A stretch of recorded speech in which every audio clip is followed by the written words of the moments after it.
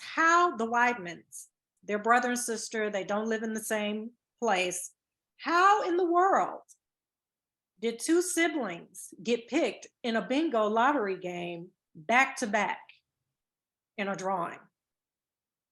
And I know they're related to Alderperson Chrissy Harris. She recused herself from that vote to give them the money, but yet she didn't support your motion to amend the program for everyone.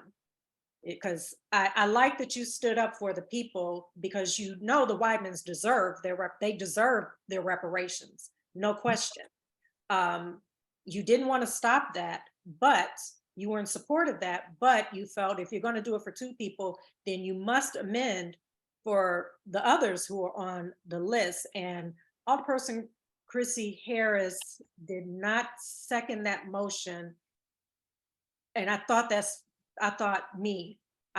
spoke volumes about her. And the Weidmans, my heart broke when Mr. Weidman was at public comment on February 2nd in the reparations meeting.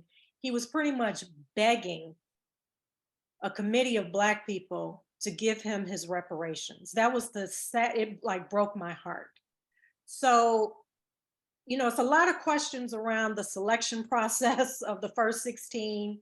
Can you explain how two siblings got chosen back to back in a bingo lottery game for reparations? And you weren't there for the drawing. I was there for the drawing. Yeah, I intentionally, I didn't like the idea of the drawing, so I did not attend that. I didn't want to participate in what I thought was kind of I think we could have developed a much more thoughtful method of determining that list than the bingo lottery. As far as, and as far as the, you know, maybe our former mathematician mayor who taught mathematics at the University of Chicago would have a better explanation for the likelihood and the statistical analysis of how two siblings would end up back to back with each other in a drawing. But I think it's just happenstance, or, you know, statistical anomaly.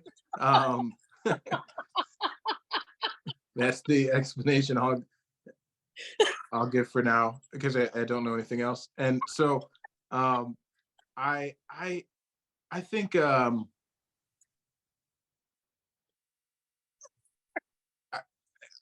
say this as well. I think, you know, I will say Councilmember Harris did ultimately vote for the revision to the program overall. And so the committee voted unanimously to do that. On March 16th, she did vote, because the way you set it up, they would have looked really bad had they not supported you again. So on March 2nd's meeting, she didn't say a word for the people. Her family was getting their money. That's all that mattered. But the rest of the people on that list, she did not support you. She didn't back you on that. And to me, that spoke volumes. And that's all if ever was a time to speak up for Black people and all that we have gone through, that would have been a time to say, Devon Reid, I second that motion. Yes, I second that. We need to put that on the table, direct cash payments, especially for our senior citizens, because you all have explained many of them are passing away. They're not even living long enough to receive their benefits. If ever was a time, a Black woman person to speak up for their people for reparations, that was the time to be like, oh yeah, Chrissy Harris, that's the girl right there. And she said nothing. She sat there quiet. And I'm not expecting you to respond to that, because your colleagues on the council, but to me, that spoke. And that's why I'm thanking you, Devon, because if you weren't there, the March 16th meeting wouldn't have happened. And there wouldn't have been this progress. You know, they were talking about, well, the new toilets and windows, it's a good start. It's a good start. No, that was not a good start. $25,000 isn't a lot of money, but now you can say there's some progress. That's a start. That's a start. And Evanston Reparations is having an impact nationally. I mean, you look at San Francisco, they went for it. They went for it. 5 million each for our reparations. That they went for it. But then you had the NAACP, allegedly, it's out there, the letter's out there, that they pretty much want to model what Evanston did because of the whole NARC and Cobra first repair, because they're under the impression that Black people were happy with new toilets and programs as their reparations. And it was like you couldn't get people to even understand. You don't understand when the city of Evanston passed that housing program as our reparations, it had a national impact, because now you have local governments who are like, oh, that's all Black people want? Oh, we can give them programs. We can program them to death and never give them a dime. So now people are waking up like, yeah, we watered down reparations across the country. Look, San Francisco was going to fight for that 5 million, or at least come close to it. And now you got the NAACP going against their own people to say, no, programs is best for you. You don't, Yeah, do you think Evanston had any influence on what happened in San Francisco? Certainly. I'll say I fully agree with you. I get frustrated with, and I'm not saying on this particular issue, but on all sorts of issues with my colleagues all the time, where they end up. But and I certainly agree that Evanston's choice to move forward with a housing program is not the choice that I would have moved forward with. I support it as it is, but I certainly think we need to expand it, as I've clearly stated before. But what I think the way that I was able to get direct cash payments move forward on the 16th, the way I've been able to get many things passed, controversial, tough things passed, over the last 2 years in office, is because I truly believe all of my colleagues and all of the people on the reparations committee, whatever, are folks who are looking out from their viewpoint for the best interest of the Black community in Evanston, or for the city of Evanston broadly, if I'm talking about some of my other colleagues. But I do think sometimes, because of potentially, everyone has their realm of expertise and their realm of life experiences. And so folks approach this work from that standpoint. And some of my colleagues on the reparations committee don't have the same. I'm obviously not a lawyer, but you should have been.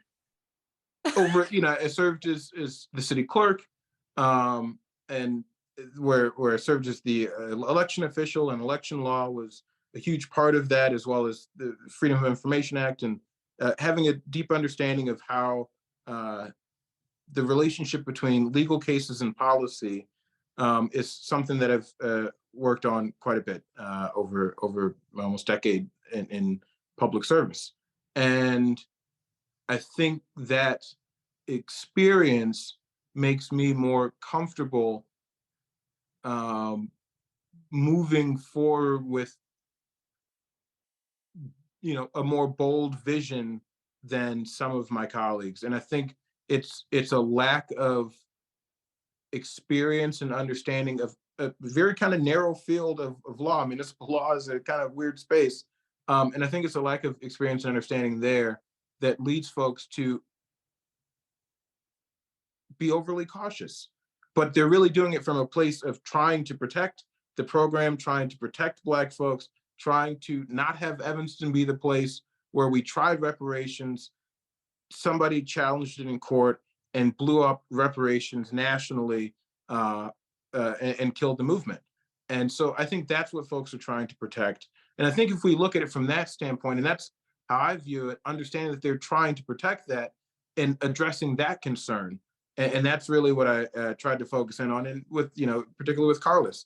Again, someone who believes in direct cash payments, understands it's really about tying, you know, where we're trying to get to their values, and making sure that we're putting our values at the forefront and letting our values lead rather than fear or even complacency. And so that's how I try to move things along, and I'm hoping that that will continue to be successful for reparations, and will hopefully lead us to having a new application open for folks, particularly for our ancestors, to apply for direct cash payments, to be able to more expediently get through this list, so we can get to those descendants. Because I think where we're really going to have it's, I love our seniors, I love our ancestors, but I think where we're really going to have the long-term impact is when we can get this money funneled down to the 30-something-year-olds, the 40-something-year-olds, and even the 50-something-year-olds who are in Evanston now, or trying to get rooted with either a young and newly developing family, or a more established family where they're trying to strengthen their roots here. And once we can get some of this assistance down to those folks, we will really begin to turn the tide on creating a more racial balance here in our city. Well, thank you so much, Alderperson Devon Reid. We love that you are fearless. You don't operate from fear. We don't like complacent leaders, because complacent leaders don't get much done. And I truly see Robin Ruth Simmons as a fearless leader. I don't think she was operating from fear at all. I appreciate your leadership. Some of the other leaders on the reparations committee, I don't know. I don't know. I'm always have a heart for Alderperson Bobby Burns. And Carlos, I truly feel is just doing his absolute best because he loves his people. The others, I don't know what word to describe them. But thank you, Alderperson Devon Reid. Thank you for that progress yesterday. And I think the community really needs to know that it was your voice and your push that pushed that progress forward. So again, we thank you from the community. Thank you. And thank you, and leaders like you and folks throughout the community who have been pushing us from the outside. I think that's so critically important, that this is a democratic system of government. Nothing happens without the community pushing forward first, or nothing should happen without the community pushing forward first.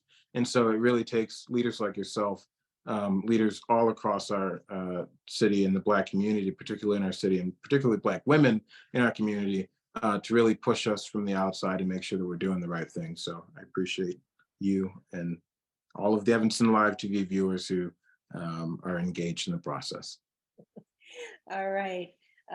Thank you, Alderperson Reid. And it did get heated yesterday at the end.